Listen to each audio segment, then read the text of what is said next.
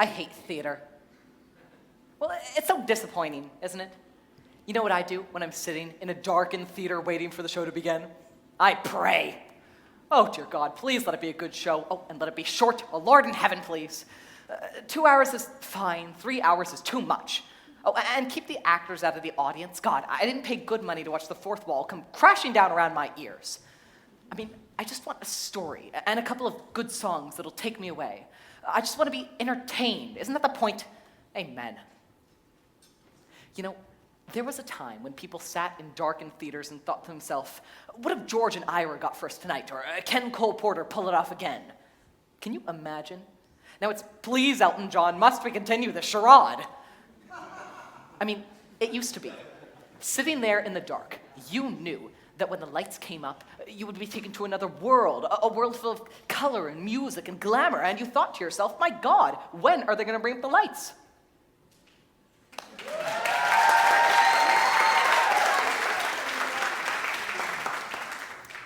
Oh, how things have changed. Hello, how are we today? Well, I'm glad you're feeling good. I'm feeling a little blue myself. You know, a little anxious for no particular reason. A little sad that I should feel anxious at this age. A bit of self-conscious anxiety resulting in non-specific sadness. A state that I like to call blue. So whenever I'm feeling this way, blue, I like to listen to my music. So I was going through my records this morning. Yes, records. And I was about to put on the soundtrack recording of Meredith Willson's The Music Man. I had a craving for a young Ronnie Howard. But then I thought to myself, no, let's have a treat. Let's disappear for a while into the decadent world of the 1920s, when the champagne flowed while the caviar chilled and all the world was a party. You know, for the wealthy, anyway. So I was digging about, and what did I find but one of my favorite shows, Gable and Stein's The Drowsy Chaperone. Remember? Music by Julie Gable, lyrics by Sidney Stein. It's a 2-record set remastered from the original recording made in 1928. It's got the full original cast, including Beatrice Stockwell as the chaperone. Isn't she elegant? And this is a full 15 years before she became Dame Beatrice Stockwell. Let me read to you what it says on the back. It says, mix-ups, mayhem, and a gay wedding. Of course, the phrase gay wedding has a different connotation now. But back then it just meant fun, and that's what this show is. It's fun. So would you indulge me? Would you let me play the record for you now?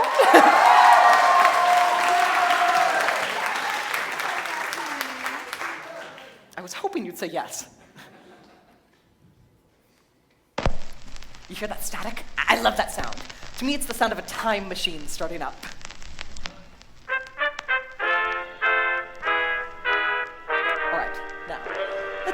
Visualize. Imagine, if you will, it's November 1928. You've just arrived at the doors of the Morosco Theater in New York. It's very cold. Remember when it used to be cold in November? Neither do I. And there's a heavy gray sleet falling from the sky, but you don't care because you're going to see a Broadway show. Listen.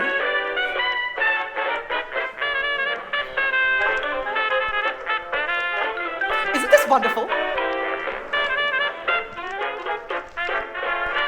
It helps if you close your eyes. Close your eyes. Overtures. This is an overture. Overtures are kind of out of style nowadays. You don't hear a lot of them. I miss them. I mean, it's the show's way of welcoming you. Hello. Welcome to the show. The meal will be served shortly, but in the meantime, would you like an appetizer? That's what an overture is. It's a musical appetizer. It's a poo-poo platter of tunes, if you will.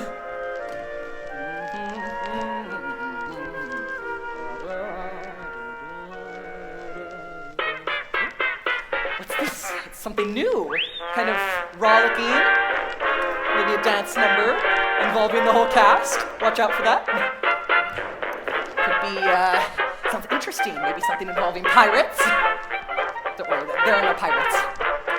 Or are there? There's no pirates. You hear that? This is my favorite part of every overture.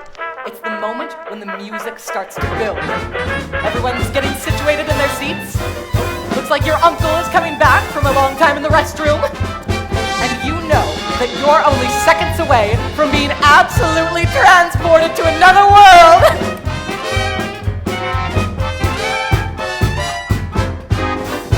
The curtain is going up and I can't wait.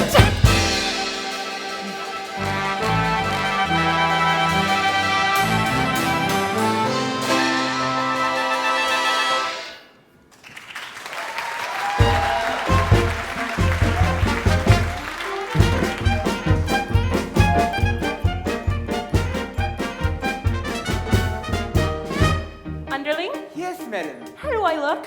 You look radiant, Mrs. Tottendale. Oh, I too love this dress so it never goes out of style. It's a miracle, madam. Now, the guests will be arriving shortly? Yes, madam. And why are they coming?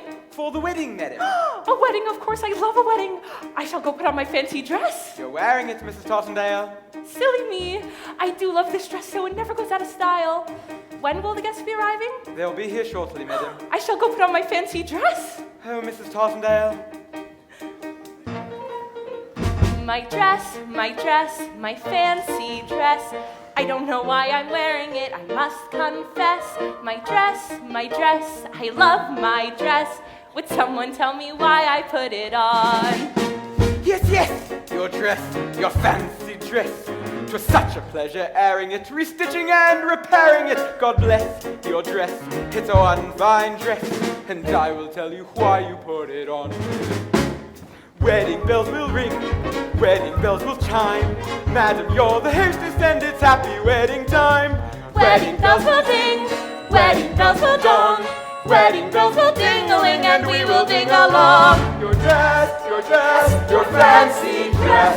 We're very, very glad you put it on. Wedding guests have come. Wedding guests are here. Wedding guests are at the door and soon they will appear.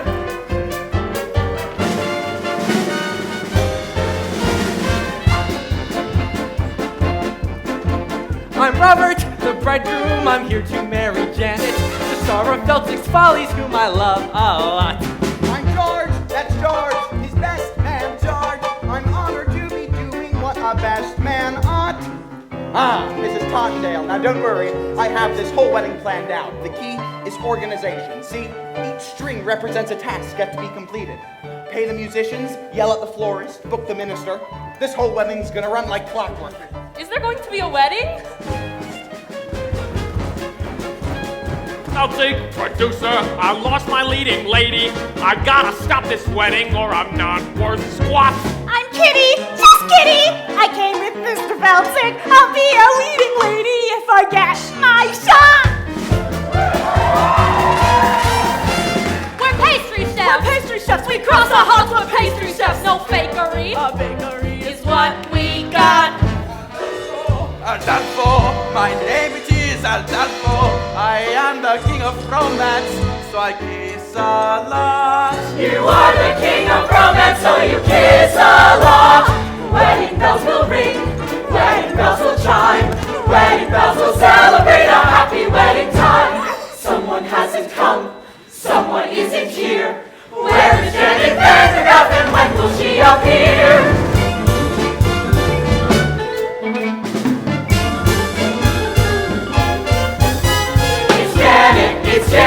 It's Janet Vandergraff. I'm Janet Vandergraff, here to marry Robert Martin, giving up the life of glamour to tie the knot.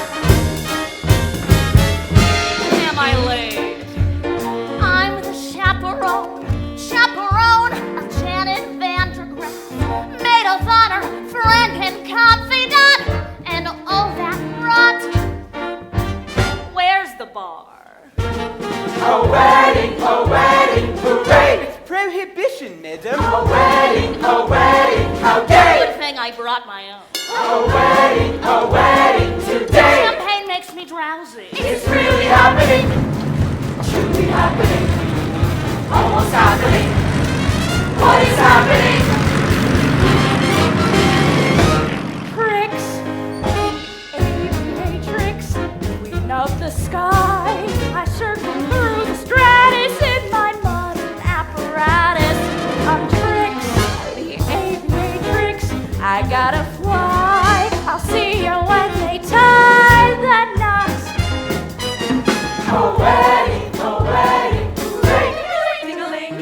a wedding, a wedding, a wedding's coming our way. A wedding, a So, wedding. there we have it. All the guests have arrived. We have a bride who's giving up the stage for love, her debonair bridegroom, a harried producer, jovial gangsters posing as pastry chefs, a flaky queen, a Latin Lothario, and an aviatrix, what we now call a lesbian. And of course, my favorite character, the Drowsy Chaperone. What more could you want for an evening's entertainment?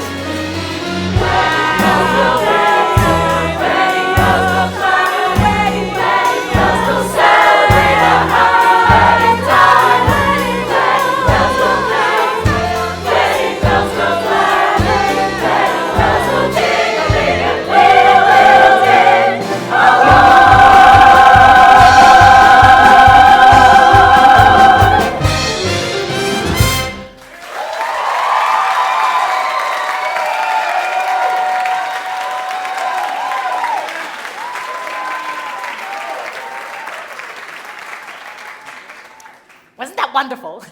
And we will ding along. I don't even know what that means. So, I'll try to guide you through this record as best I can. But don't worry, it really won't be hard to follow. So, we begin with a welcome from the love-struck groom.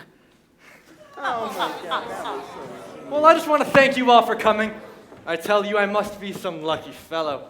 Why, who would have thought that I, Robert Martin, would be marrying a glamorous showgirl, and that glamorous showgirl would be willing to give up a successful career for me, Robert Martin.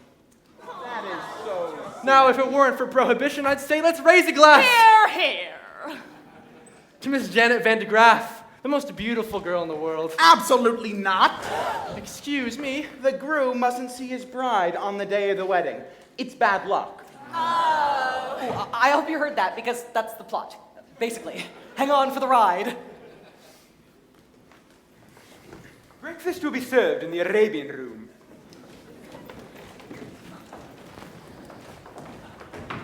Say, it's a little early in the day to be drinking, isn't it? I don't understand the question. Uh-huh. Look, you keep Janet away from Robert. You're the chaperone. That's your only job. You understand? Aye, mon capitaine. Oh, Robert, who's my little monkey? I am. I'm your little monkey. So, the bride and groom are whisked away, and we turn our attention to the B plot, which involves the producer. Mr. Felton! Getting married and leaving show business? Mr. Felton! Doesn't she know I've got obligations? Mr. Felton! You don't need Janet no more. I can be your leading lady. You said it yourself, I'm useless in the chorus. Kitty, I already told you, you ain't got what it takes. But I've been taking lessons. Singing, acting, ballet. Ballet. Yeah, and I'm pretty good too. Last week I auditioned for Swanee Lake. Oh, a little annotation. Kitty and Feltzer were a couple in real life. Jack and Sadie Adler. Now, of course, this is a familiar comic construct. A stupid woman and her long-suffering companion. Well, of course, she appears stupid, but in the end she does something clever and makes everyone wonder whether it was all just an act. The irony here is that Sadie actually was very stupid. Jack had to explain all the jokes to her, apparently. Still, she enjoyed a wonderful career on stage. At this time, the theater was the only place where stupid people could earn a decent living. Oh, this was well before reality TV, of course. Kitty, I don't have time for this. A pâté for Mr. Feltzig. Not now. Then perhaps a nice profiterole. Boys, I'm not hungry. Then perhaps we can give you something else to chew on. Yeah, something that ain't food. Allow me to elucidate. Although we stand here beside you in the guise of innocent pastry chefs, we are also And primarily, employees of a certain individual A certain individual. a certain individual. who happens to be the largest single investor in Feltzig's Follies. He has sent us here As pastry chefs. to express his concern about Miss Van de Graaff's impending nuptials. Specifically, That if she gets married and leaves the show, then there ain't no show. hey, don't I know you? No, you don't. Have you ever spent any time in Toledo? Have you ever spent any time in a coma? No, but I have a cousin in Seattle. Kitty, boys, you tell your boss that this wedding's never gonna happen. You have my word. Oh, we'll take your word, all right. But to go back on that word would be a recipe for disaster. Now we hope we have made ourselves perfectly eclair. One can only hope. You gotta be kidding me. A trifle much. Don't you can drop the pastry chef routine. Alas, we ganache. We're on the lamb! Lamb's an entree, you macaroon. The gangsters were played by vaudeville duo the Tall Brothers, John and Peter Tall. They were born Abram and Mendel Moslakowitz, but were renamed at Ellis Island by what I can only assume was a sarcastic immigration official. They were an early example of the typical Broadway gangster, full of stylized movements and wordplay, but in reality not very intimidating, unless you find dancers intimidating. Which I do, but for reasons that would not be appropriate to the situation. We'll leave the matter in your hands, Mr. Feltzig. In the meantime, feel free to browse the dessert carousel. Try the Toledo surprise. It's to die for.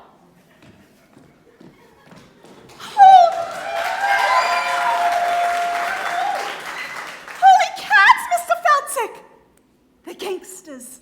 Very perceptive. Now go powder your face. I gotta figure out how to stop this wedding, but how? Oh, Lord in heaven, how? How? I always thought that moment was a little overplayed.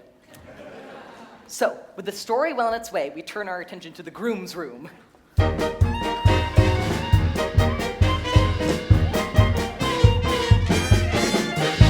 Hey there, handsome. Show me those pearly whites. The groom was played by the dashing Percy Hyman. He started off as the Albright toothpaste man. His fabulous smile adorned every tube. Albright was hugely popular in the early 20s because it contained cocaine. It's true. If you looked on the label, it was the 5th ingredient down, right after sugar. Anyway, it wasn't long before he became a huge matinee idol. No, don't worry. It's perfectly normal for a groom to be nervous on his wedding day. It is. Of course! I love Percy Hyman. Some people say he was a bad actor, but to those people I say, shut up! Hey there, Mr. Mirror Man, shaking and a-quaking, trembling like them fraidy cats do. Something beg be bothering you. And I know just what that is. Cold feet, brother, you got cold feet. You can make them cold feet hot with a little rhythm. Young feet, old feet, can be uncontrolled feet. Rhythm make them cold feet trot down the aisle. Frosty arches, they can learn to swing. Icy toes can jive.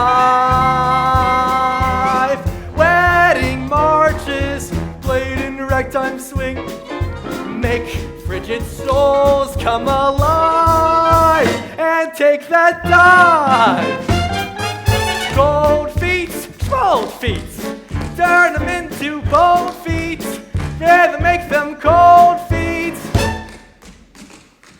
hot. But why don't you just slime back into your mud hole, you backstabbing worm? Yeah. Well, looks like I have to find another minister. Say, what are you up to? I'm singing a song an old friend taught me. Dixie Remedy for wedding day jitters. You think you've got jitters? You've got the easy part. I still gotta get the rice, boutonnieres, and a minister. I have the weight of the wedding on my shoulders. It sounds like you've got cold feet. What do I got? Cold feet. What do I want? Bold feet. What do I do? Scold feet? No! You make the cold feet hot.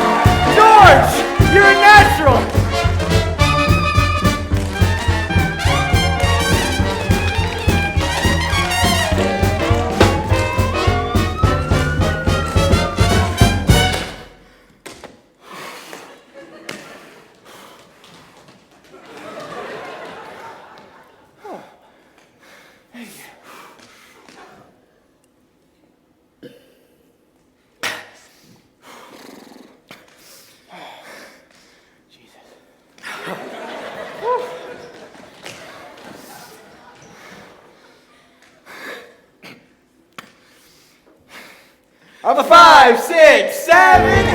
Gold feet, gold feet, turn them into gold feet.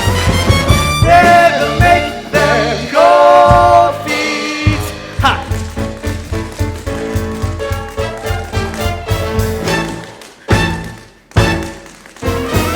You make the gold feet hot.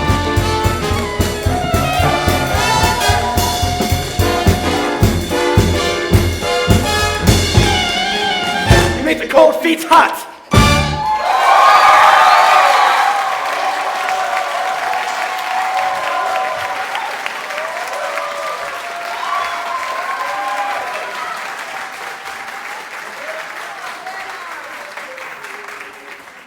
I love Percy Hyman. I like to imagine him panting and sweating after a long dance routine. He's still alive, you know. I saw him recently on the television celebrating his 100th birthday. To say that the passing years had taken their toll on him would be a grotesque understatement. They wheeled him out and he had this look of wide-eyed, pained confusion that God reserves to the very, very old on their birthdays. You know, the one that says, "Who are you? Who am I? And why is this cake on fire?" You know the one.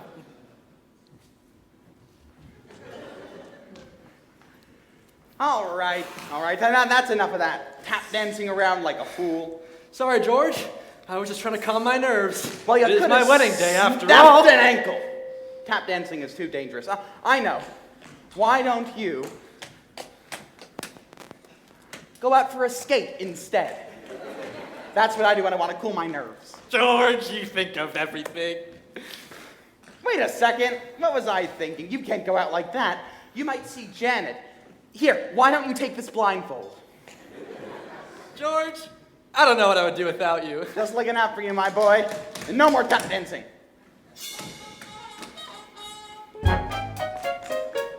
Wedding bells will ring. Wedding bells will chime. Wedding bells will celebrate. Just ignore it. It does this occasionally. It rings. Just ignore it. It'll go away soon. What? What could you possibly want? What? Hello, you have reached my answering machine. Leave a short message after the tone, and I will call you back at my convenience. You hear that? It just totally kills the mood. God, I hate that. It's like a cell phone going off in a theater. Hey, what are you doing today? Oh, I'm just at the theater ruining the moment. How about you? Oh, I couldn't get out tonight, so I thought I'd just ruin the moment by proxy. Sorry. Let's shake that off. Let's go back in our heads to 1928. They didn't have cell phones in 1928. But I'm sure they had something else for the ruining of moments. Bugles or something. Happy wedding night.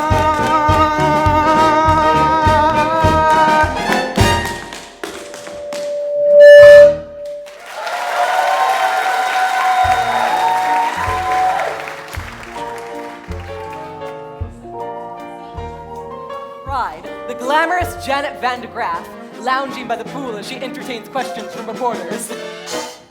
Miss Van de Graaff, is it true you're giving up a successful career to marry a man you hardly know? Yes, Robert and I met on the Lido deck of the Ile de France. He amused me with stories of his father's oil interests. We spooned, briefly, and then he proposed. So you won't be returned to stage ever? I shan't. You shan't. I shan't. Can I quote you on that? Of course. One more question? Yes. Why in the world would anyone put olives in a Gibson? How can you give up the footlights when you know very well you've got grease paint in your veins? Victor, please. Oh, Janet, I'm begging you, drop the mug, stay with the Follies. I'll give you anything. I'll put your name above mine on the marquee. Oh, Victor, if you think this is about vanity, you couldn't be more wrong. I don't want to show off no more. I don't want to sing tunes no more. I don't want to ride moons no more. I don't want to show off. I don't want to wear this no more. Play the saucy Swiss Miss no more. Blow my signature no more. Janet, please. Don't try to control me. I've made up my mind. And that's it. I quit. I'm leaving it all behind. I don't want to be cute no more. Make the gentleman hoot no more. Hey, baby. I don't want to wear fruit no more. I don't want to show.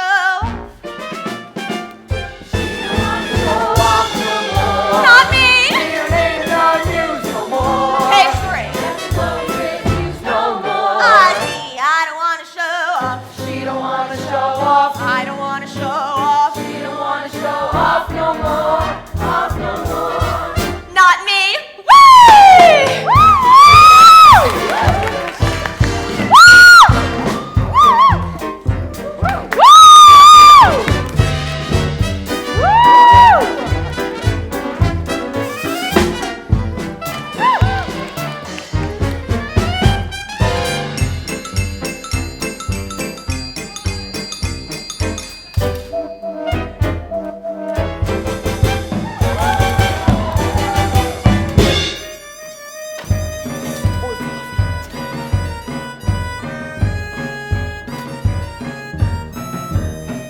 I don't want to show off.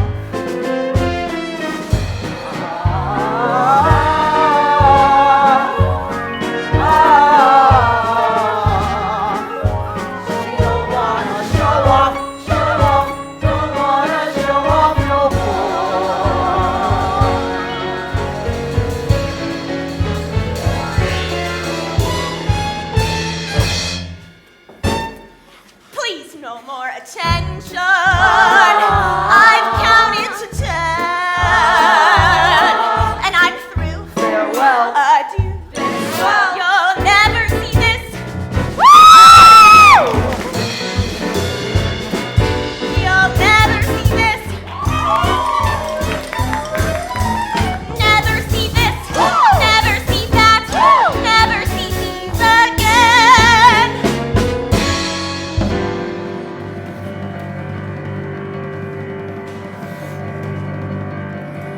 I don't want to change keys no more. I don't want to strip tease no more. I don't want to say cheese no more. I don't care if you scoff. I don't want to be choked no more. Race no more. Grab no more. Touch no more. Love no more. I don't want to show off. She don't want to show off. I don't want to show off. I don't want to show off. I don't want to show off.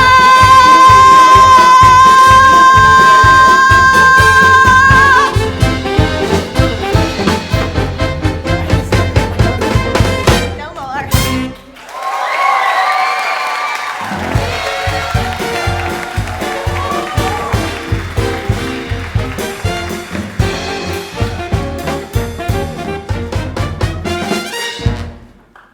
Did I miss something? Well, Mr. Feltzig, it is painfully obvious that Miss Vandegraff has no desire to return to the stage. Can't you see it's killing her soul? Don't worry, boys. This isn't over yet. Yeah. I'm surprised she didn't do an encore. I don't want to encore no more. Keep on shouting the floor no more. It's abusing the floor no more. I don't want to show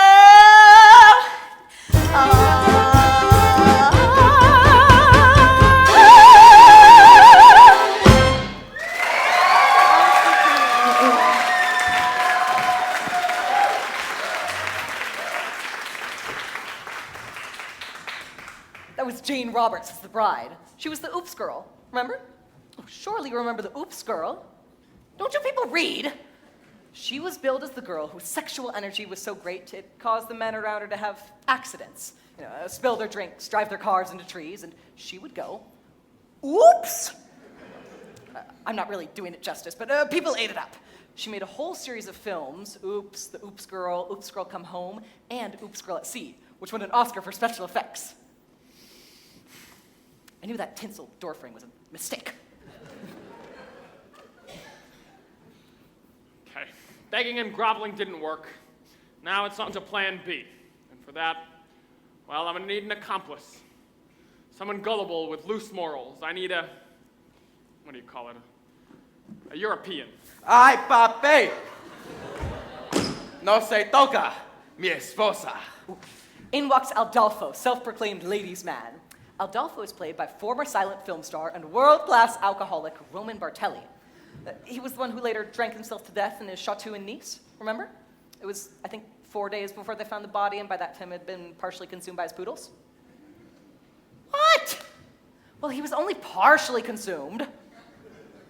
Excuse me, I don't believe we've met. I am Adolfo. You are Adolfo? Yes, I am Adolfo. Not the Adolfo. Yes, I am Adolfo. Well, it's funny, you don't look like a scoundrel. Yes, what? Well, just this morning I overheard the groom saying Adolfo is a scoundrel. I just heard him say that. What? Adolfo is scoundrel. Those very words. Adolfo is a scoundrel. It's like I'm hearing it again. This is outrageous. He's saying this to people, to beautiful ladies with breasts, for making love. Why I must? You must take matters into your own hands. Yes, Adolfo will take this groom into his hands and kill him. Yes. No, don't kill him. Just maim him enough that he can't get married. Show me to this groom. Wait. What? What kind of man is this groom? A big man? No. A burly fellow? He's big on the outside, but No. Adolfo will not fight big men. Small, pale, wheezy little dwarf people Adolfo can punch. Far away, but no big man. So you're a lover, not a fighter? Yes, Adolfo is the lover of beautiful ladies. Some say him the king of romance. Well, you know what they say. The best way to get back at a man is through his... Door! No, the best way to get revenge on a man is through his... Window! No, revenge, you get back at a man through his... Through his! Through his. There is no other ways. I'm not Santa Claus coming down the chimney. Through his woman. Yes, through his woman. You must seduce his woman, Adolfo. Huh? His bride. Yes, Adolfo will make love to the bride. This will show people Adolfo is no scoundrel. Show me to this bride. Wait! What? What kind of woman is this bride? A big woman? No. A burly woman? No, she's the cat's pajamas. What? Pajamas? She's a looker, an attractive woman. Show me to this cat in pajamas. And I will make her purr like a cat in pajamas.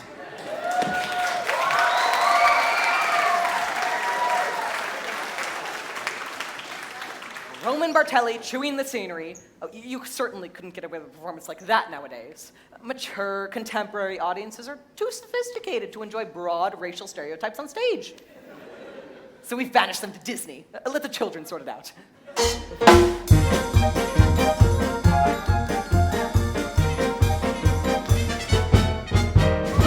Underling? Yes, madam. The pastry chefs have been kind enough to provide the liquor for the party. But remember, Underling, we have to be discreet. Yes, madam. It is prohibition after all. I'm aware of that, madam. We'll have to use code words.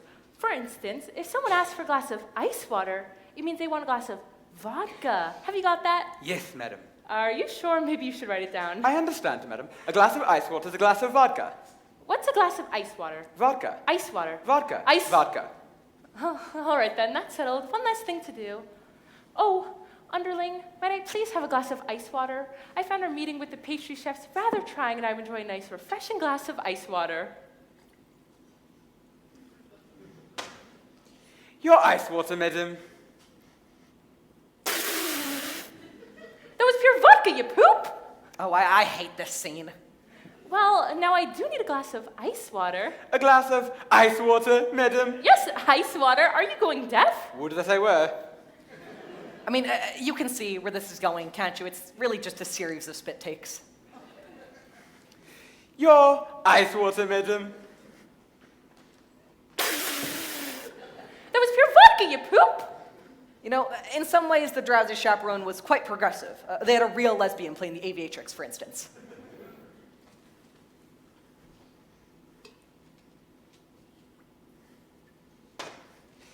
Your ice water, madam. That was pure vodka, you poop! Yes, some elements were quite progressive, others were stale in 1928. You know what, I'm just gonna skip ahead.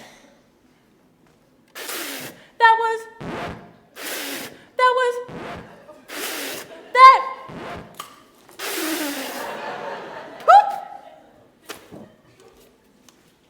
Where do you think you're going? To find some lime juice, madam. Lime juice? For heaven's sake, why? I'm going to wring out my eyebrows and make myself a gimlet.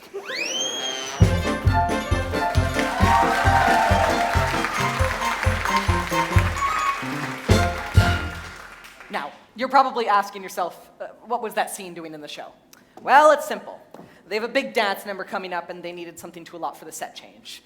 It's mechanics, really. It's like pornography. Let me explain what I mean by that. In pornography, the story is simplistic. How do I pay for this pizza being the classic example? My point is, as in a musical, the story exists only to connect to the larger, more engaging production numbers. What? Well, what kind of society do we live in if we can't discuss the similarities between pornography and musical theater? In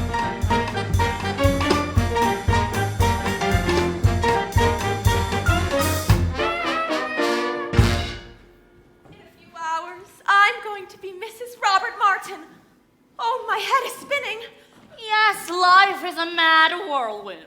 Ooh, this is a really interesting scene. This is the only time that Jane Roberts and Beatrice Stockwell are alone together on stage.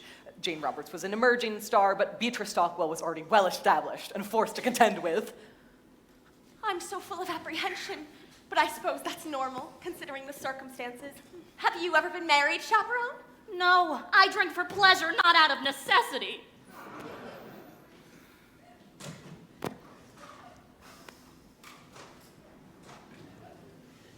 Your ice water, madam. I'm afraid we're fresh out of olives. Have you ever been married, underling? Heavens no, madam. If I'm going to serve a woman, I prefer to be paid for my efforts. Oh, you two. I know it seems crazy to give up a successful career to marry a man I hardly know, but somehow, for some reason, when I look into his eyes, his big monkey eyes, oh gee, I get all woozy. And that's love, isn't it? Not necessarily. The wooziness could be caused by any number of reasons. I mean, I'm woozy right now, but I'm certainly not in love. Beatrice Stockwell was famous for her rousing anthems. She entertained and inspired the troops in every major world conflict, up to and including the Falklands War. Of course, by that time, she was in her late 80s, and her anthems didn't so much as rouse as they did stupefy. Still, she demanded a rousing anthem in every show she ever did, even if it wasn't appropriate. But you just couldn't say no to her. I mean, that's star power. Really, you're not being the least bit helpful. Couldn't you at least allay my fears with a few choice words of inspiration? Inspiration. Really, dear, that's not my forte. Yes, but if you... As we stumble along on life's funny journey, as we stumble along into the blue, we look here and we look there, seeking answers anywhere, never sure of where to turn or what to do.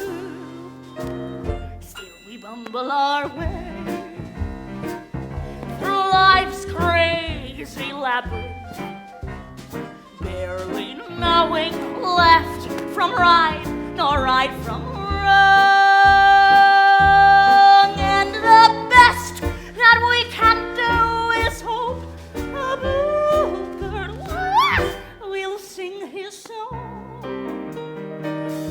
as we stumble along. That was quite nice, Chaperone, but I'm not sure how it pertains to my situation. Let me explain. Oh, really? That's not necessary. I suppose I'm just looking for a sympathetic... It's a dismal little world in which we live. It can bore you till you've nothing left to give. 7 overrated wonders, 7 underwhelming seas, 6 excruciating continents, Antarctica, oh please. Antarctica? Oh, please. Still, you mustn't let it lick your... This planet, oh so bland. Keep your eyeball on the highball in your hand. As we stumble along through life's crowded dance floor, as we push and we shove, we live and we learn. And when we finally leave the bar and we see that morning star, we pull our bootstraps up and overturn. Then we stumble away through dawn's blinding sunbeams, barely knowing right from right, nor left from wrong. But as long as we can hear that little bluebird, there'll be a song as we stumble along. As we stumble, bumble, fumble, plumble. As we stumble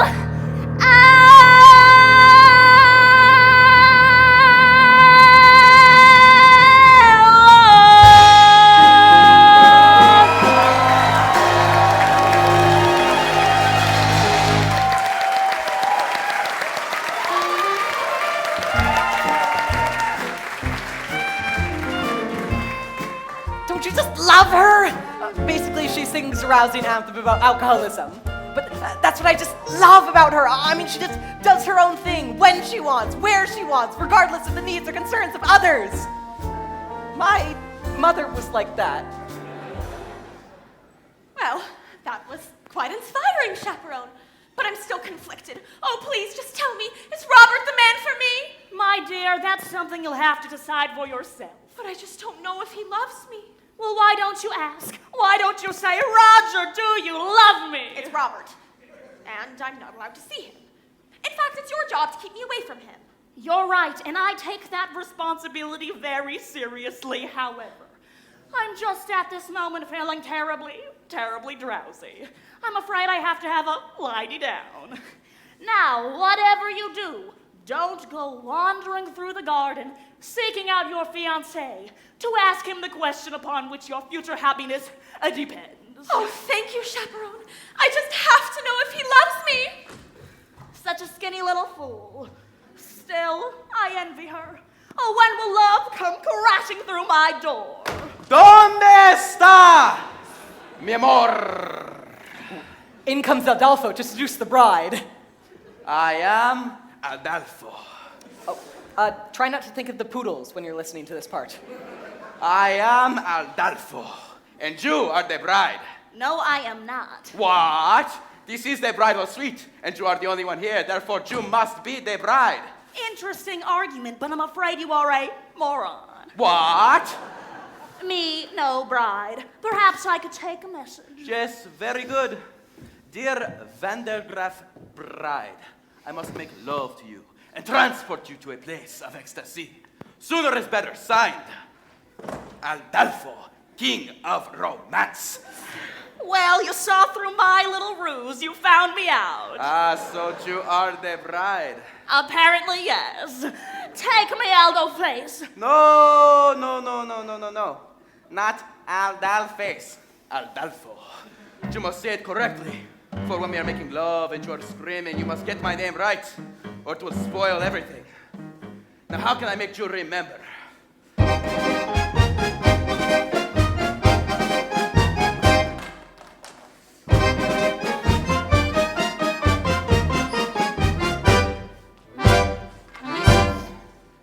I'm sure that you have heard the name Adolfo. A lady's man who wins a claim Adolfo. Well, lovely miss, I am the same Adolfo. I introduce myself. I am Adolfo. Nice to meet you, shall we?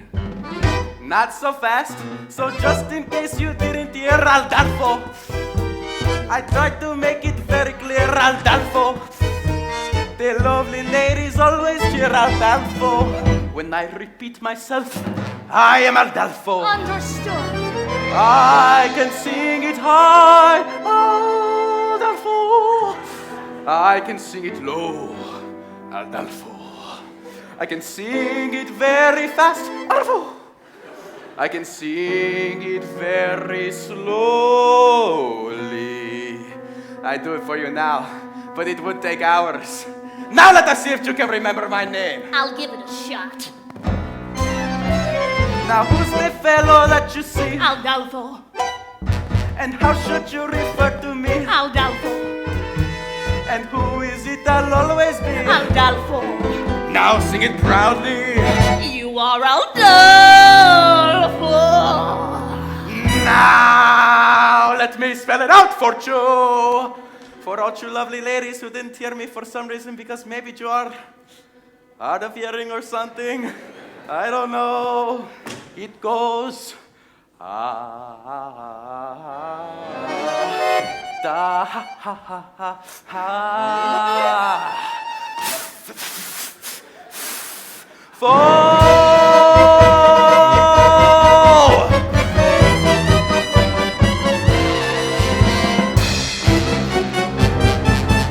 I am Aldalfo!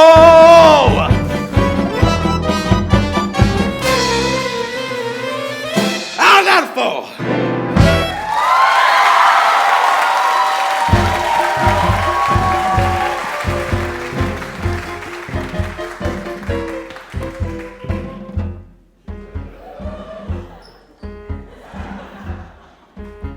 That was my mother's favorite number in the show.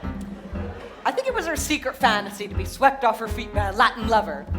I mean, a real Latin lover, not a buffoon.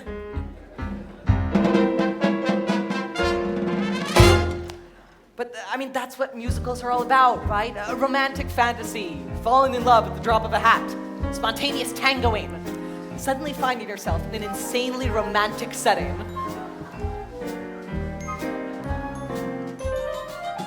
I'm an accident waiting to happen. La da da da da da da da da. La da da da da da. Robert, look out! Oh, don't worry, madam. I'm getting married today, so I have to wear a blindfold. A blindfold? I'm sorry. Who am I speaking to anyhow? Why, it's me. I mean, Mimi. Mimi from France. This scene couldn't be more ridiculous. So, you are marrying Janet van de Graaf, no? Oui. I hear she's very beautiful. Oui. And glamorous. Ah, oui, oui. And is it true she has an exceptionally broad range and excels at playing both comedic and dramatic roles? Say, I'm having trouble placing your accent. What part of France are you from again? Oh, the middle part, where they make the toast. You were telling me about your, how do you say it in English, fiancé. That's right. Well, tell me, when was the moment you knew she was the only one for you? Well, it's a funny story, actually. We were standing on the Lido deck of the Isle de France. Yes. I was amusing her with stories of my father's oil interests. And then what happened? And then I looked into her eyes, her big, glamorous eyes, and I just felt all woozy. And then you fell. And then you fell. Yes, right on my keister. And I said, well, I guess I don't have my sea legs yet. But we haven't left the dock. That's what she said. And that's when I knew it must be love. And then you said, And then I said, there was a time I could stop on a dime. Forbearance was one of my talents. But since you've been around, I can't hold my ground. I'm consistently losing my balance. I'm an accident waiting to happen. I'm a mishap about to ensue. I'm the toy on the stair, the three-legged chair, the hen that's been caught by a shoe. When my two lovesick arms started flapping, there was nothing my ankles could do. I'm an accident waiting to happen, so how be I happen to you? And then what happened? Well then, she joined in.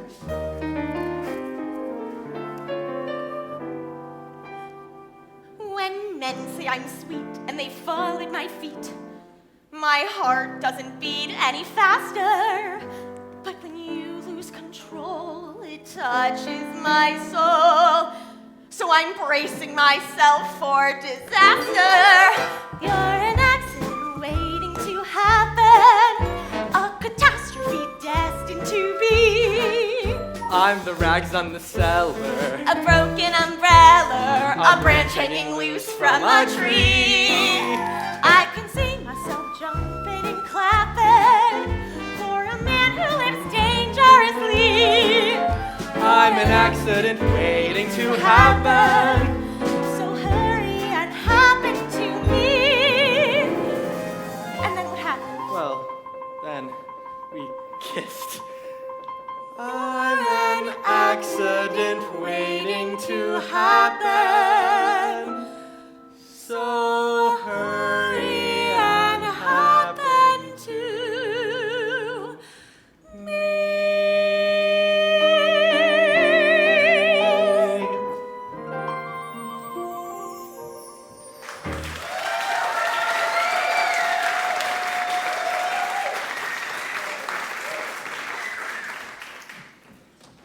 Wait a minute!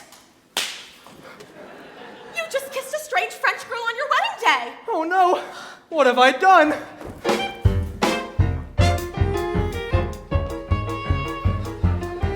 Oh no, it seems that the blindfold and the fake French accent have led to a terrible misunderstanding. What a mess. Will it all work out in the end? Of course it will. It's a musical. Everything always works out in musicals. In the real world, nothing ever works out, and the only people who burst into song are the hopelessly deranged. Mr. Foutsey! Where's that philandering foreigner? Mr. Foutsey! How long can it take to seduce one bride? Mr. Foutsey, you don't need to hit no more. I can be your leading lady. Kitty, I don't have time for this. But I've been working on a mind-reading act.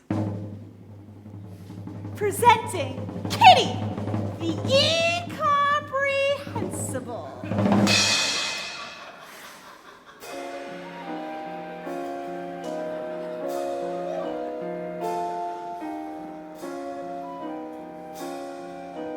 Now, think of a number between 5 and 7. 6. No. Kitty, the problem with your act is you've got to have a mind to read one. Mr. Feltzig, It would seem that the wedding is proceeding according to schedule. now it's time you received your just desserts. What do you say, partner? Should we whip up something special for Mr. Feltzig? Yeah, how about a Toledo surprise? An inspired choice. A Toledo surprise? I've never heard of that. No, you haven't. Those who've heard of it are generally never heard from again. We'll share the recipe with you. First, you chop the nuts. Then you pound the dough. Then you bake it up nice and slow. Then you got your Toledo surprise. Can I hear that recipe one more time? It's a very simple recipe, Mr. Feldzick. First, you chop the nuts. Then you pound the dough. Then you bake it up nice and slow. Then you got your Toledo surprise. Say, why don't we give him a little taste? All right. Wait. Open your fists. Now shake them. Now give me that recipe one more time. You ready? Da-da-da-da-da-da. Chop the nuts, pound the dough, bake it up nice and slow. Then you got a Toledo surprise. Now sell it! Hit the peach, peel the skin, push it up, throw it in. That's a tasty Toledo surprise. Now you're cooking. Heat it up, then you sweet it up. When you heat it up, if it tries to rise, don't let it, it's a snap. Try it, folks, whip your whites, split your yolks, then you got a Splendido.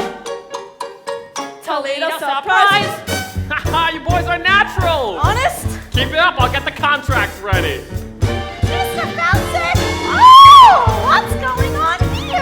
I'm developing a new act, kitty. Toledo surprise. You mean you're putting gangsters in the show and you won't put me in it? They're not even in the union! No, you got it all wrong, kitty. The new act, it's for you. And these boys are your backup dancers. Backup dancers? Holy cat! What that hot Toledo does to my libido. Good, yes indeed, sugary yum yum. Surprise! Piece of cream, grease the pan, lick the spoon, lick the land, mixed and bucks your tuxedo. Toledo surprise! Wait. I'll therefore make an announcement. Wedding is off. What? For the love of God, why? Adolfo has made love to the bride. Oh, God. That is not the bride, you idiot. That is the chaperone. The wedding is gone. What? Her name is Mimi. She's very beautiful. I couldn't help it, Janet. She was just like you, only French. Sweet mother of pearl. Underling, Yes, madam. what is all this commotion about? The wedding, madam. Is there going to be a wedding? Not anymore. What a tragedy. What a wonderful tragedy. Clear the floor, boys. I'll show you how it's done. First you beat it up, then you sweet it up, then you heat it up. When it tries to rise, don't let it.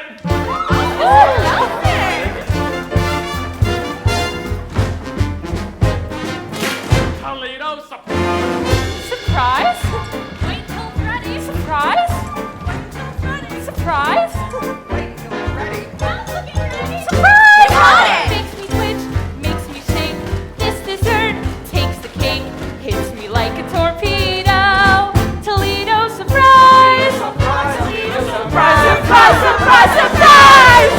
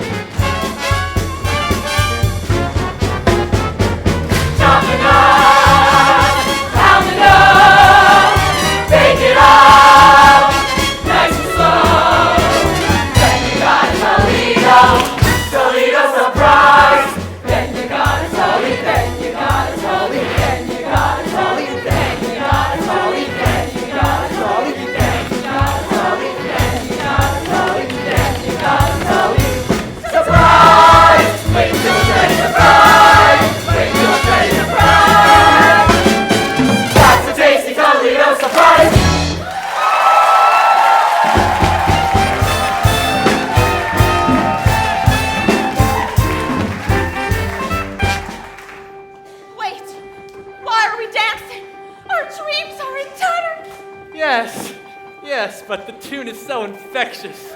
Oh, Robert, this is the saddest day of my life!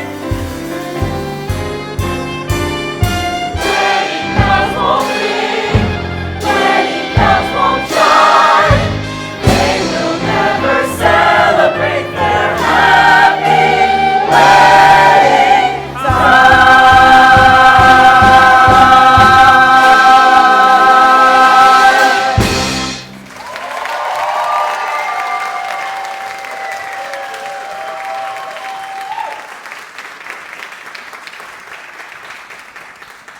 And there we have it. The curtain falls and it's time for the intermission.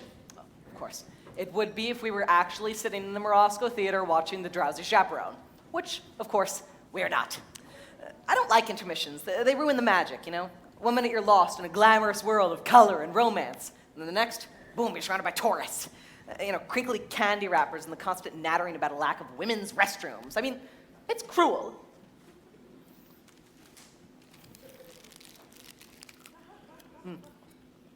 It's a granola bar. I'm sorry. I have to eat small meals throughout the day or else I get jittery.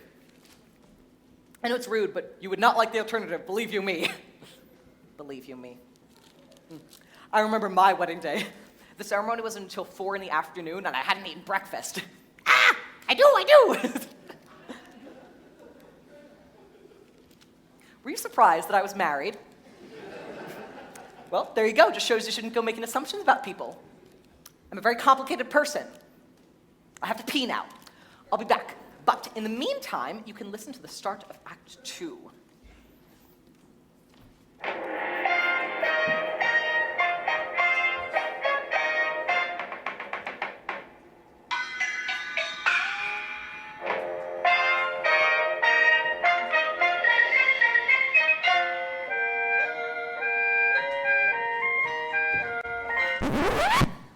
Sorry, that was not from the Drowsy Chaperone, needless to say. That was from another Gable and Stein musical entirely. I have a woman who comes in once a month. Oh, can you say that anymore? I have a woman. Anyway, she comes in once a month to clean the things that I absolutely refuse to clean. She's very good at her job, but she has this annoying habit of always putting my records away in the wrong spots. Even though I tell her, no touch records, Carmela, no touch records. Of course, I suppose if I spoke to her in complete sentences, she might stop touching the records, now would she? That actually opened another Gable and Stein show entirely, The Enchanted Nightingale. It's a degrading piece of chinois about an emperor who was told by a magic bird to marry his American elocutionist, and he ends up building the Great Wall of China. I know. It's a slap in the face to 4,000 years of Chinese history. But it had some wonderful tunes. Act 2 of The Drowsy Chaperone begins with this. It's a haunting lament from a very depressed bride. She sings it bathed in the pale blue light of a sympathetic moon, which is, frankly, ridiculous because it's the middle of the day. Now, while you're listening to this, I want you to ignore the lyrics. I know it'll be hard, but just block them out. They're not the best, but the tune is just beautiful, and it truly communicates the bride's state of mind. Just, ignore the lyrics. I put a monkey on a pedestal and tried to make that monkey stand. And he did for a time, but he needed to climb. And with other monkeys playing far away, he left his jacket on that pedestal beside his tiny rusty cup. And I haven't got the strength to pick them up. Oh, monkey, monkey, monkey, you broke my heart in two. But I'll always save that pedestal for you. I'm going to pour myself a brandy. Come, my little monkey. Come, my little monkey. I love this tune. I mean, the melody is so simple, but it just floats in the air. And I must admit, I always get a little misty when I think of that jacket lying on the pedestal, its long arms dangling on the ground. Oh, monkey, monkey, monkey. You broke my heart in two. But I'll always save that pedestal. Pedestal. For you. Come, my little monkey. Come, my little monkey. Oh, I love this part. Wait, Who are you? I'm Janet Vandegraff. Do you need anyone? I don't need anyone. What about the love of one man? What do I care about the love of one man when I am adored by millions? Do I need to be so gloomy? No, no, no. I could rule the world if so I chose. Sigmund Freud sends flowers to me every show. Gertrude Stein, she head in your rose. I'm Janet Vandegraff. Ain't no nail that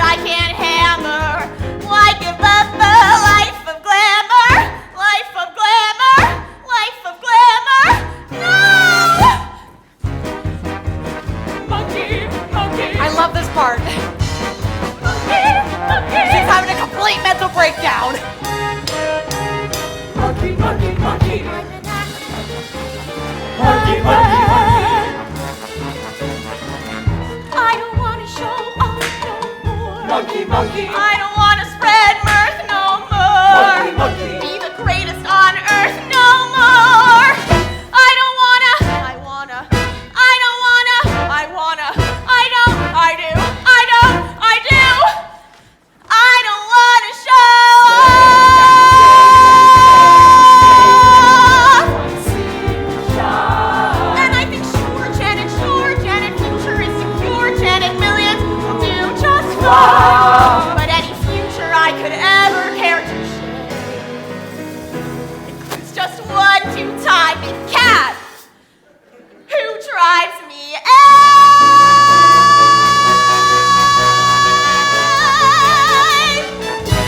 She put a monkey on a pedestal.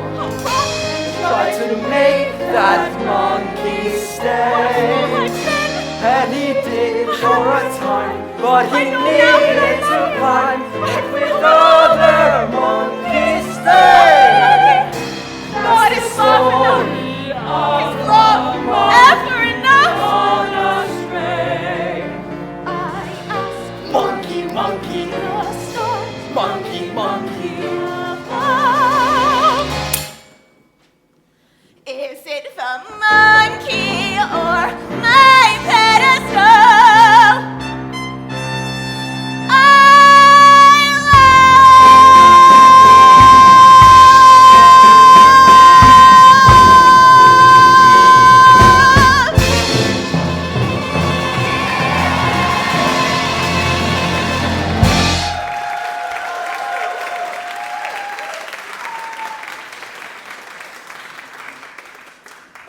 I love that number.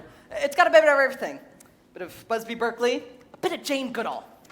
And that's another thing that I love about musicals in general, is that when a character is in crisis, they sing and they dance about it, which is so much more interesting than just whining. But that's the glory of musical theater. I mean, you see, this is what I'm talking about. This is life. You manage to be happy for 5 seconds, and then something starts ringing.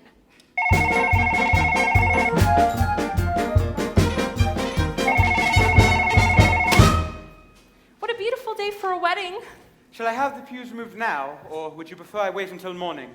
I'm going to stop this number here because I don't want it interrupted by another ringing telephone. Here, we have two vaudeville performers who have slipped through the cracks of time. Their names are Noel Fitzpatrick and Ukulele Lil. I don't know anything about them. I suppose Ukulele Lil played the ukulele, although she doesn't in the show. Actually, I tried to find out more. I went through all of my books, and I even tried the internet. But all of my searches ended in Tiny Tim's autopsy photos, so... Anyway, they're both wonderfully charming. Why would you have the pews removed? The bride is called off the wedding, madam. Oh, underling, never listen to a bride on her wedding day. Why, on my wedding day, I was completely incoherent. Do you remember? Seems like only yesterday. Love is a very complex emotion, underling. Yes, madam. You can love someone 1 minute, and the next minute, why? You just want to strangle them. Do you understand? I'm familiar with the concept. You see, that's just the nature of love. Love makes lovers worry, love makes lovers fret. But here's a fact on which we can depend. Just like long ago when Romeo loved Juliet, love is always lovely in the end. But Romeo and Juliet was a tragedy, madam. Oh, I don't read reviews. Love can start a quarrel, love can cause a din, but love has always been a trusty friend. 'Twas a happy fate for Hank VIII and Anne Boleyn. Love is always lovely in the end. Might I remind you, madam, that Anne Boleyn lost her head? Yes, she was in love. Love was good to Eve and Adam. Here we go again. And Samson and Delilah too. Good grief. May I pose a question, madam? Why, yes, of course. Why does nothing I say to you ever get through? Don't mind if I do.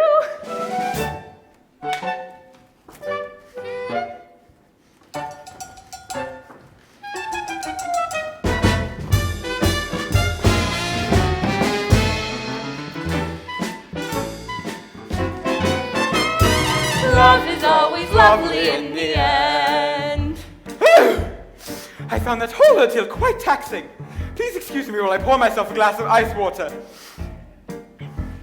Love sneaks up behind you, love drops from above, but love would never consciously offend. Love has certainly been kind to me, and my true love, love is always lovely in the end. But your late husband was a brute. I don't mean him, you silly coot. Love is always lovely. Lovely, lovely, lovely. Love is always lovely in the end. Love is always lovely in the end.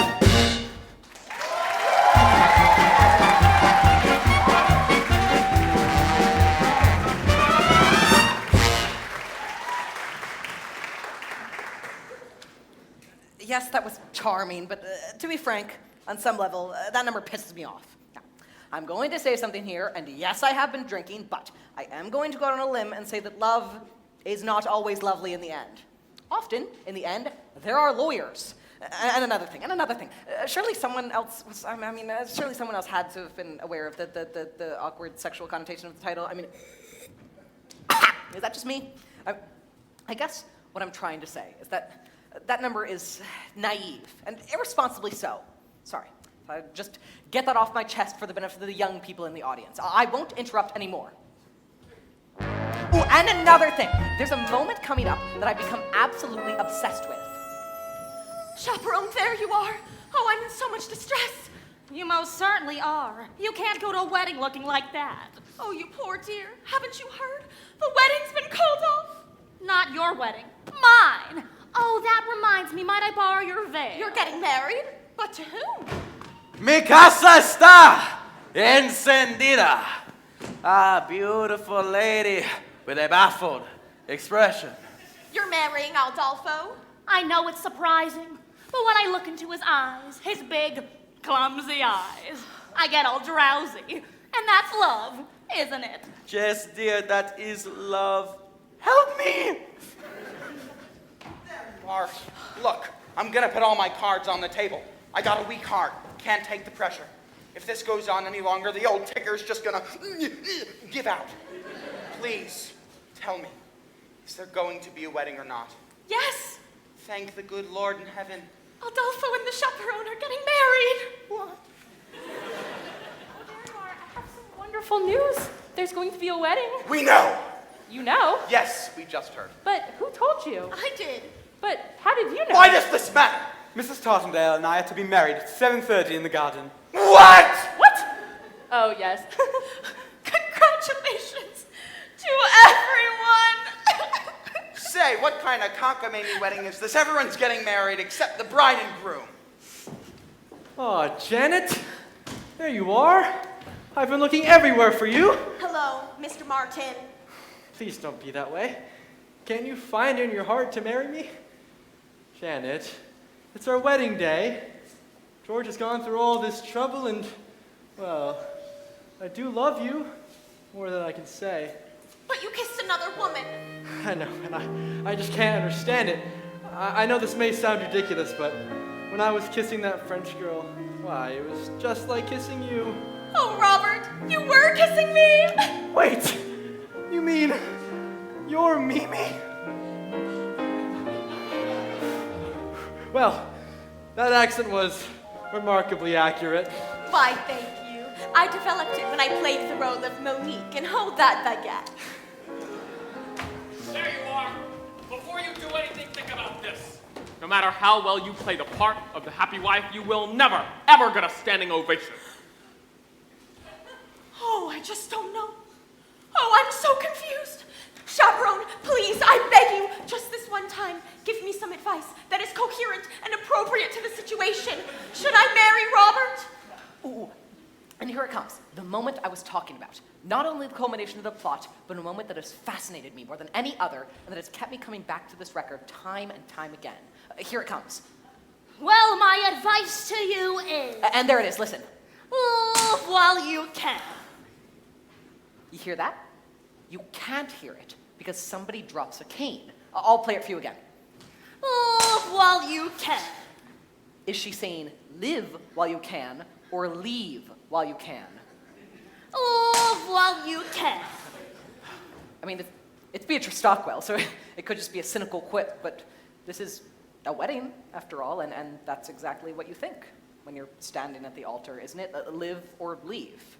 And you have to live, because you do love her in some way. I mean, it's not an exact science. An arrow doesn't come out of the sky and point to the one you're supposed to be with, so one day you say it to someone. You say, I love you. And you basically phrase it as a question, but they accept it as fact.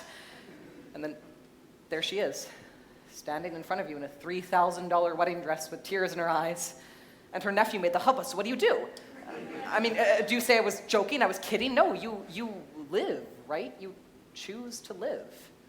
And for a couple of months, you stare at that alien form lying next to you in bed, and you think to yourself, who are you? Who are you? And then you say it out loud. And it's trial separation and couples counseling, and all your conversations are about her eating disorder and yours Zoloft addiction, and you're constantly redefining and reevaluating and revisiting before you finally lose the deposit on the house, and the whole relationship boils down to an animated email on your birthday.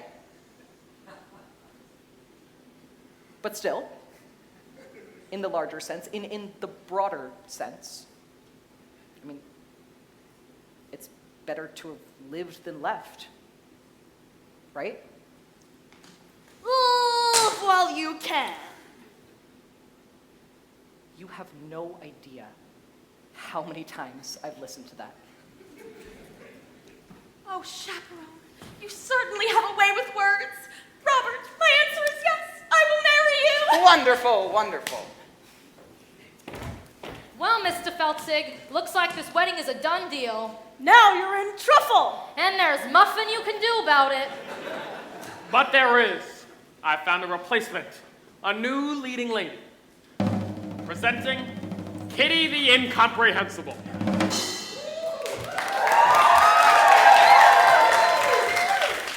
Now, come on, Kitty, concentrate real hard and show the boys how you can read my mind.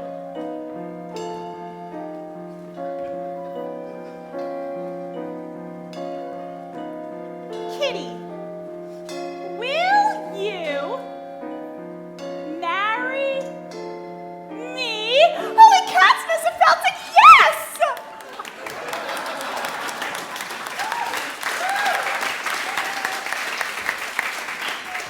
So, what are you waiting for? You ladies go put on your frillies. We'll all get married in one big clump. That's how they do it in Utah.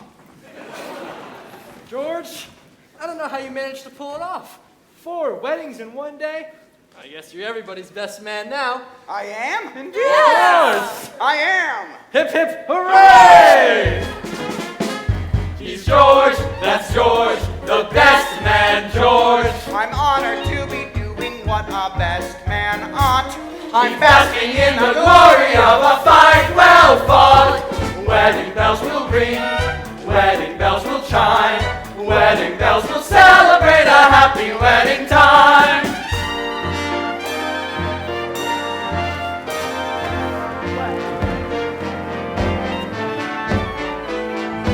Wedding bells will celebrate a happy wedding. Minister, you may begin.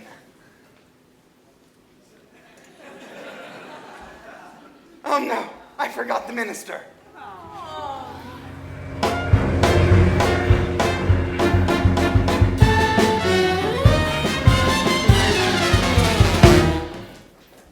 Who the hell are you?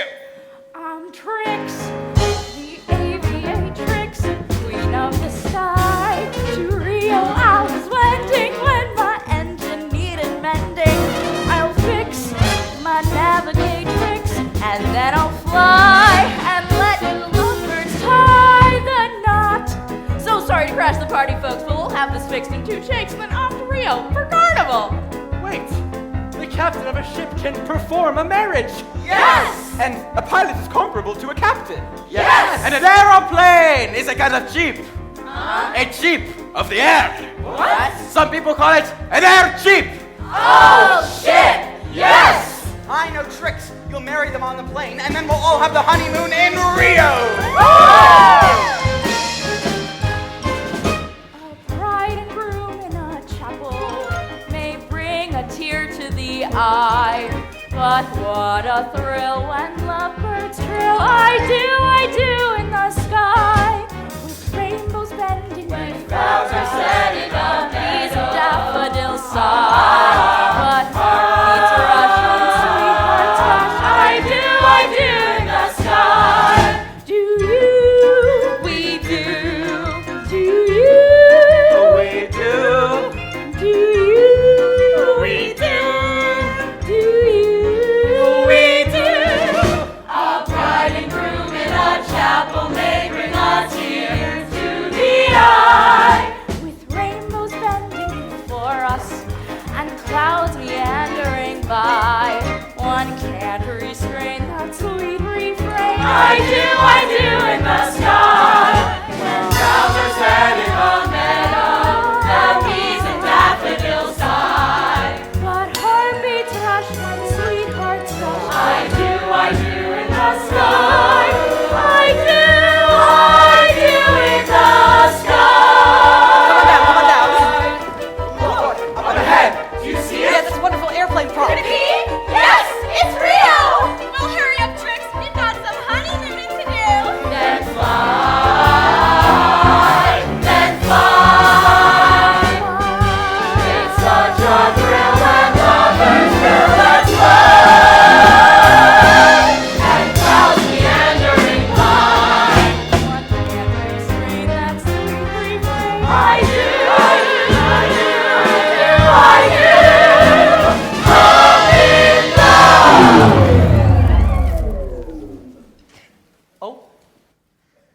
Oh no. Everybody stay calm. This happens occasionally. It's a terrible old apartment with horrible wiring. Just concentrate. Just keep the show alive in your minds. Don't talk to anyone. Don't let yourself be distracted. I'll try to find the fuse box. Nobody make a sound. It's the super. Oh, shoot. Hello? Coming. Hi. Hello. Your lights are out. I noticed. We had to replace the breaker panels in the basement. Yes. So we replaced them. Yes. But when I shut the power off, the breakers in all the apartments tripped. Yes. So I gotta reset yours. Oh, right now. It'll only take a second. Okay, go right ahead. There's a lot of stuff in your house. I called a couple times earlier, but nobody answered. Really? How odd. Very. All right, here we go.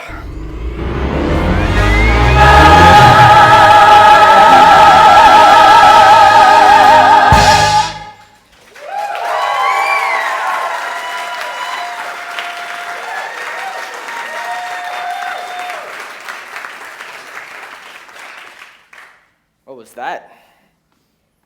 Nothing. What kind of music was that? It was nothing. It was just a record. I was a musical, a musical. I was listening to a musical. Do you like musicals? No. I love musicals! I go with the wife and kids all the time. It's amazing what they can do nowadays. You see Miss Saigon? They landed a helicopter on the stage in that one. Let's see, I've watched Les Mis, Cats, Saturday Night Fever. Oh, I like the movie better. Really? Well, goodbye. Yeah. Well, it's it. That's over. One note away from the end of the show, and the mood is broken. God, I should just start the record again from the beginning, shouldn't I? Oh, no, I can't do that. You have to understand. I love this show so much, and I've never even seen it. My mother got this record for me. This was just before my father left us. Oh, he didn't leave because of the record, although I'm sure it didn't help matters. Look, I know it's not a perfect show. The spit take scene is lame and the monkey motif is labored, but none of that matters. I mean, it does what a musical is supposed to do. It picks you up when you're feeling down. It gives you something to distract from the dreary horrors of the real world. It makes those dreary horrors feel a lot less scary, a lot less alone, and it gives you a tune to carry with you in your head. A little something for when you're feeling blue. You know?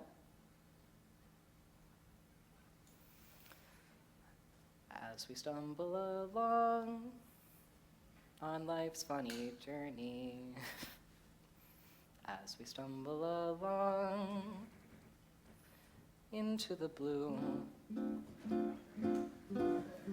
we look here and we look there, seeking answers anywhere, never sure of where to turn nor what to do. I'm an accident waiting to happen. Still we bumble our way through life's crazy Wedding labyrinth. bells will ring, wedding bells will chime. All we left from right or right from wrong. The best that we can do is hope a bluebird will sing his song. As we stumble along, Still we bumble our way through life's crazy labyrinth. There leads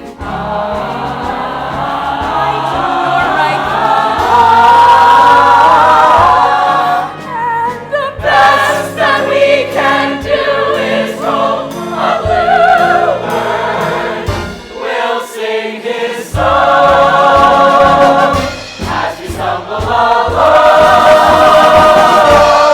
as we stumble, bumble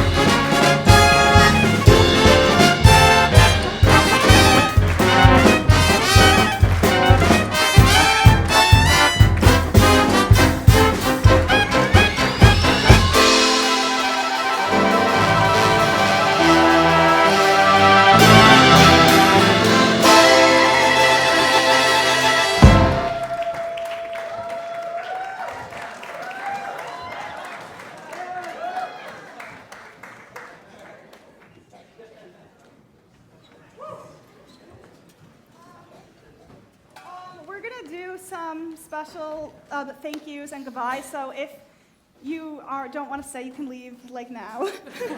I won't be offended, I promise. Okay, so first we're going to start with some thank yous.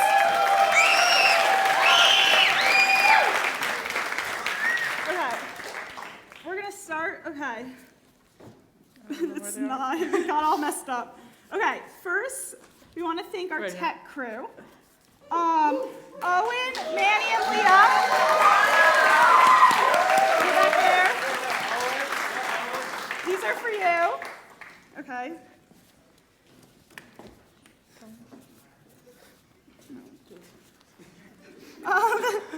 Then our conductor, Justin, and he also taught us music. This is for you. Our choreographer, Kelly.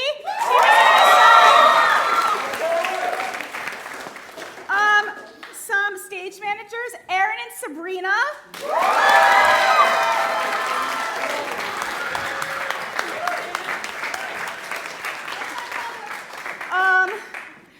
Then we have Penny, our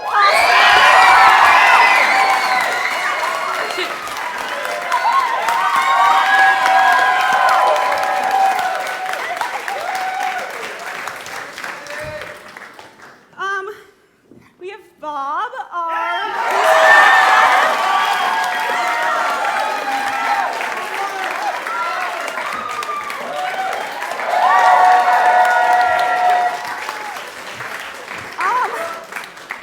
and the woman behind this whole program. Lori. You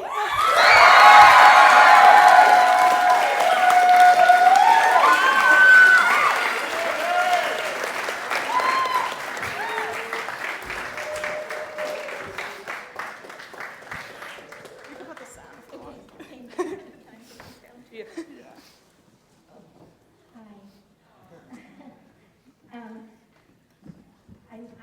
There's so many things I would like to say, but we have a very big group of seniors that we're saying goodbye to this year, and I don't have to tell you it's been quite a year. And I continue every day to be grateful that in a world that's so topsy-turvy and sometimes feels, just hard to explain, that there are still young people like this who still come here and spend weeks and years with me, put their phones away for 2 hours, and I ask you to celebrate that with them, whether you have children in the show, in this program or in any other activity. Cheer them on when they do that, because it's not an easy thing to get those phones out of their hands. But I am extremely grateful for all the years and all of the support that I get from this community. This year's a little unique because I'm blending 2 of my worlds, and I know a lot of you know that because a lot of you are in the audience, but I don't know if you all know that I also direct shows in Hastings. And which is why when you see me, I always look like I'm going to drop on the floor because I have both these things going. But I've been directing there for 17 years, and this we're getting ready to enter our 25th season of the Riverdale Rising Stars.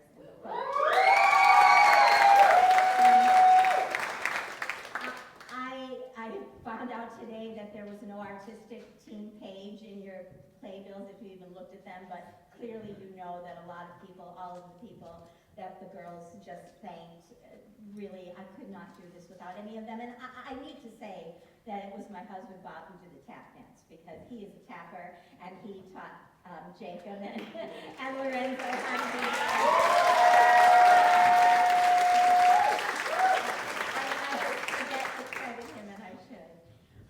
I'm going to start by saying this.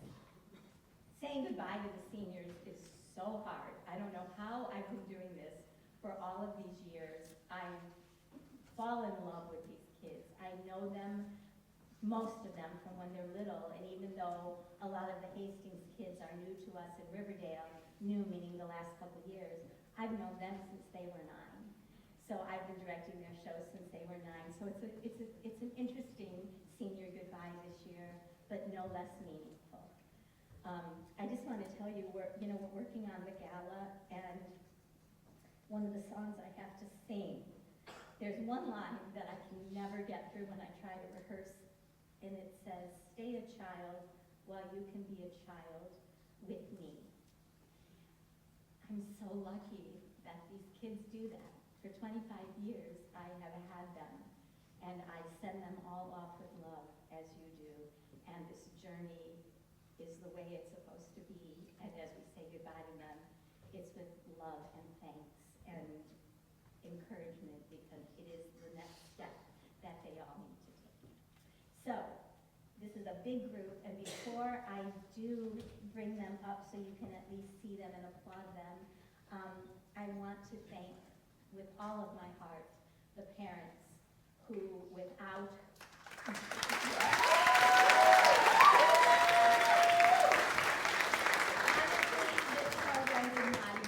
without the incredible support I have, and it's in both places, so I'm just saying it all at once. If all of the seniors, and that's including all my tech crew, could come and get flowers and take them to their parents if they're in the audience right now, let's start there. And that's my little thank you for the parents. Just one, anyone. She got flowers for all 4 of you to bring.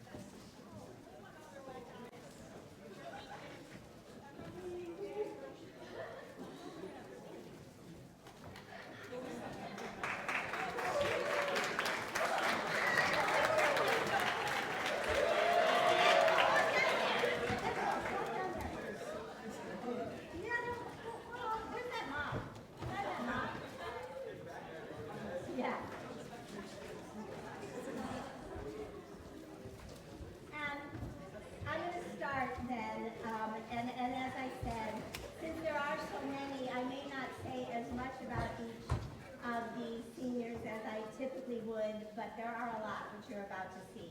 I want to acknowledge a first-timer who has not been here before, and she is a senior from Hastings who did the spotlight, Maya. Thank you so much.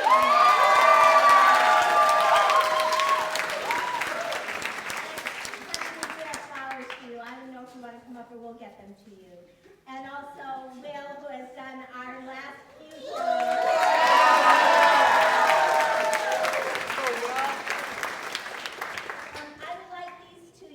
To come up on the stage so you can see them.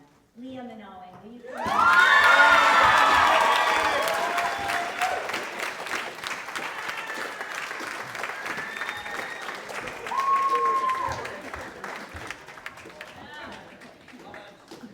There's flowers for you too, which they have. I don't usually do 2 at once, but I'm going to just tell you, this is Liam and this is Owen. Hey, you don't know who they are. I have to tell you, it's been rare in all my time here to find 2. They were much younger when they started literally working for me.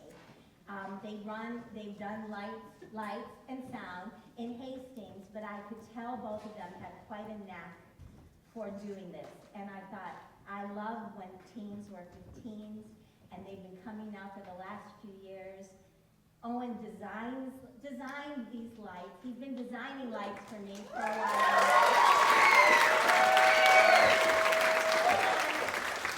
And I have watched his skill grow. Tyler Perry, who's a lighting designer, has taught him so well that he could go into a lot of theaters and run those lights. And I'm so thankful that you were able to do that for us, Owen. And Liam was the biggest grump when I first met him. And I remember thinking, I think you were in 7th grade maybe when you first did sound for me. I don't remember, but yeah. But he hollered at me. And I thought, I'm not going to work with this kid if he's going to holler at me. And then I watched him grow. He is incredible on that soundboard. That is not easy to do. And his talents and skill have contributed so much to this program. Thank you.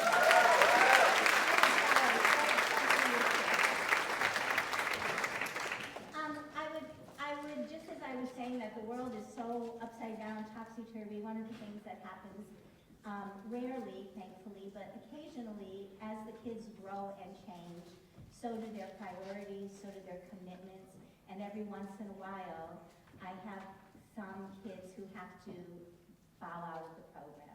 And a couple of those seniors are here. The fact that they didn't get to do the last couple shows in no way diminishes the contributions that they've made since they were really little. And I don't even know if you're all here, but I do have flowers for you, so I hope you are. Romy is here. Romy.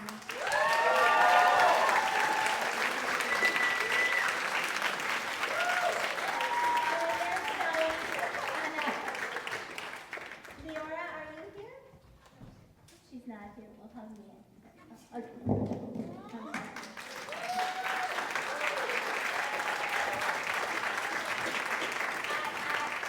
just have to say, these young ladies have been in the program since, I don't know, you were 7 or something like that. And I know that they couldn't finish it out, but you need to know all the things that they did through the years brightened the stage and brightened our hearts. And I thank you both so much.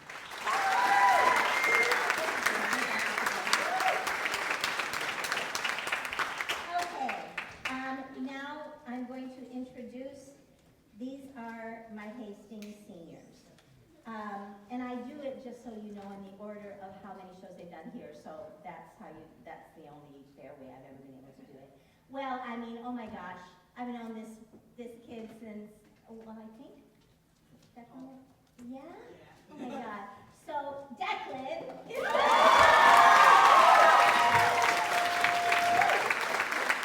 I've known Declan's talent since he was 9, when we did Honk Jr. together in Hastings. I am so happy that you joined and did this. This role is unbelievably challenging, and I think you will join me in saying what a gift it was to us to have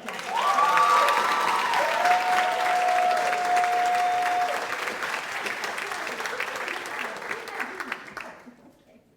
Oh, these are gifts from the kids. And is anyone giving them flowers, or am I just... Go get your own flowers. What do you want? I don't know. Okay, next is Jack.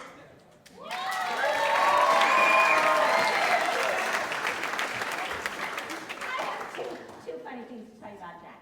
First of all, a couple days ago I said I created a monster because he was so shy, and when he was first starting to do Aldolfo, I wasn't quite getting from him exactly what I wanted, and I tried all different ways to tell him what I thought it should be.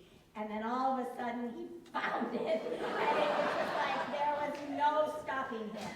And then the other fun story I have is that in Hastings, every show that we did, Bob would get so mad because always one kid was singing an octave too low. And he would always say, "It's Jack. He just says he can't sing high." And last spring, he came and did Les Mis with us, or was it right before, in the show before, whatever. Bob was working with him, and all of a sudden, oh, he went up from way down here to way up here, and he found his voice, and it has continued to be amazing, and it has grown so much. Jack, thank you so much.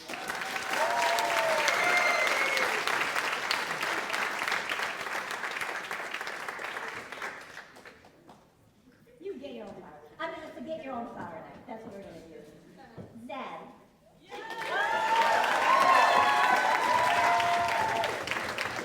I've also known Zed since Honk. He played the lead in that, and oh, he was so annoying at 9 years old.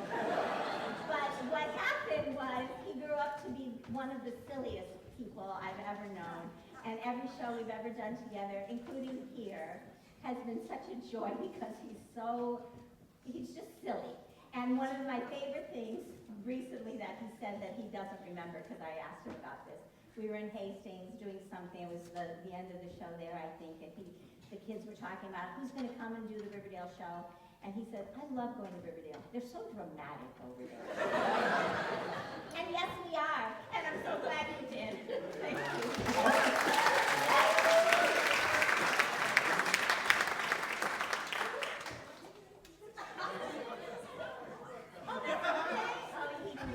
Lorenzo.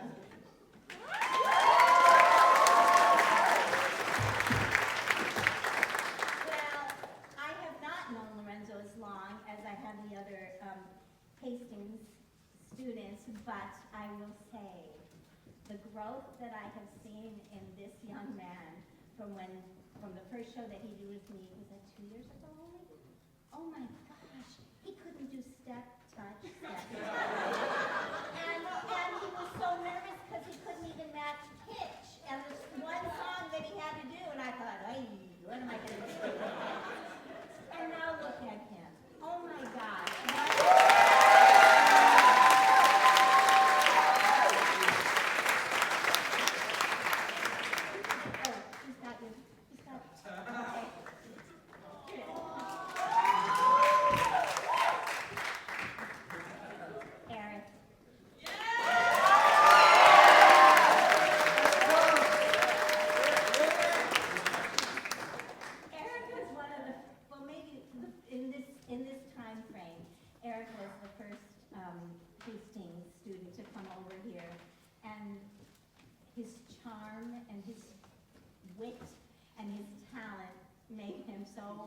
Popular right when he came over, and he had to take a few shows off. But Eric, you're a light. You walk into the room and you light it up, and you're the first one to want to help. On the stage, you're one of the first ones to work hard at everything you do, and you have been such an asset to this program here. I'm so glad you were with us.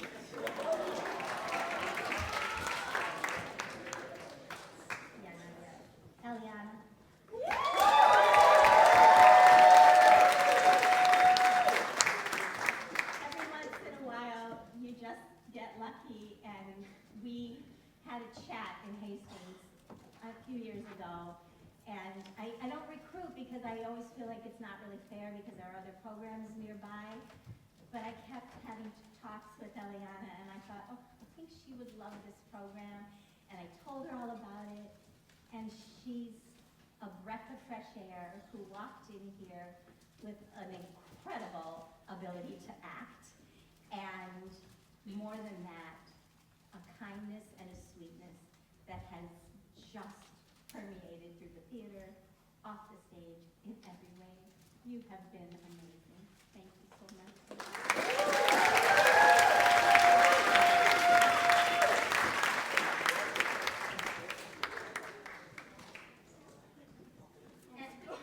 And now my last three seniors are the ones I remember the most because they were in the program for a very long time.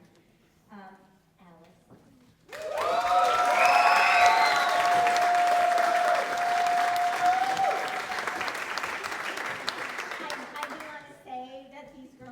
Their wigs because they didn't want to have my hair on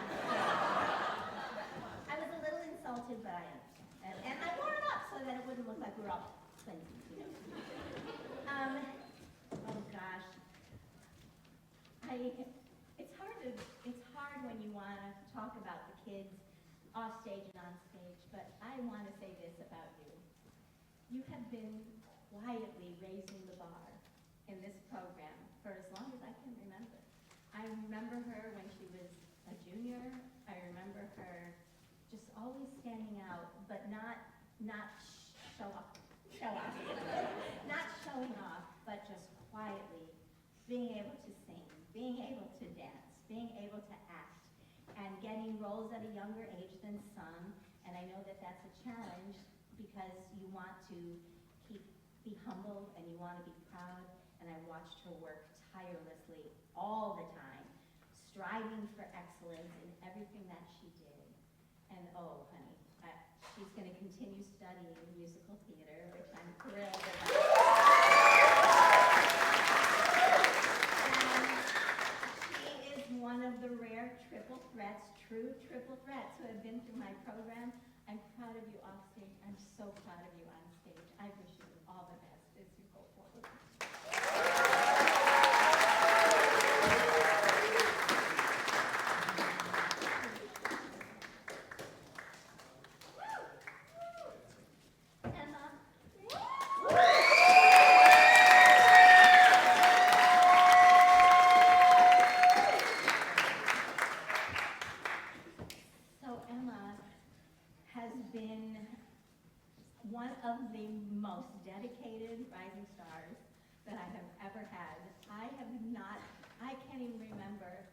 someone who was so willing to do so much beyond the stage, off stage, and Penny, who I think is not out here anymore, but Penny can attest to this.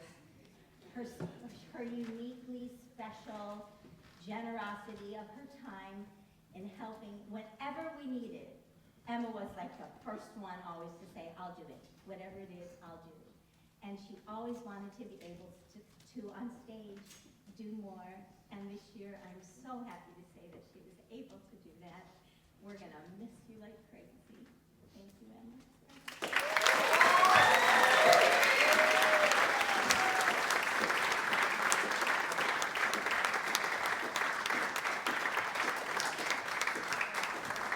Last but not least, Sarit.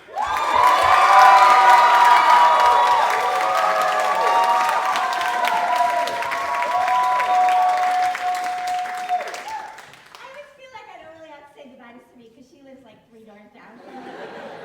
But I gotta do this anyway. You know, Sarit's devotion to this program is really unmatched, and one of the things that has always touched my heart is that her email address has RRS. Oh, thanks. Sarit XRRS Refuneral Sexual. Really?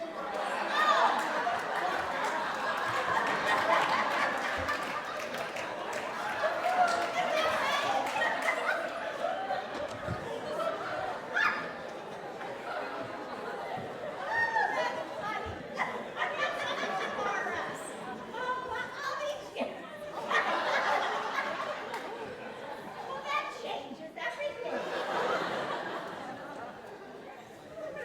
It does change everything. What I want to say about Sarit is this. We have had philosophical differences, different thoughts about how a program should be run sometimes. I mean, I've had a lot of those conversations with a lot of the kids, but what I love about Sarit is she's never been afraid to come and talk to me. Even though we said right to each other, I disagree. That's just not the way I feel. And she will tell me how she feels. She has worked so hard for this program. I can rely on all of the kids to do so much. And every once in a while you have a child who, they all grow up. And she grew up wanting to do all she could to keep this program thriving, to make sure it sustains, and has had a deep love for it, even if her initials are RRS. I believe it comes from a different place, and we're going to miss you so much.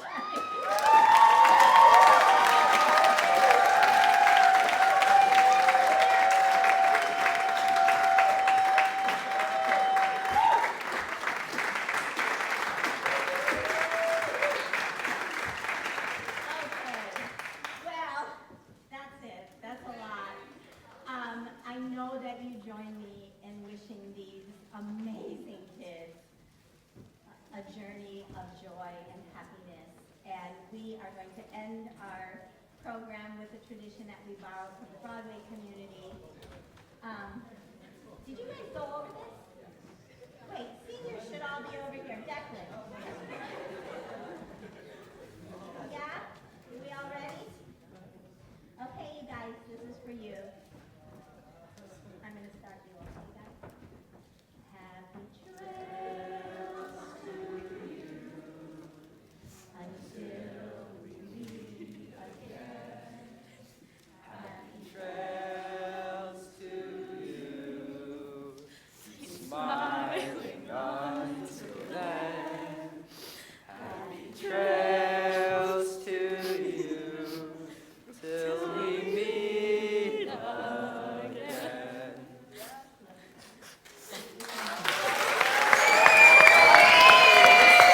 Come on, the court hurts.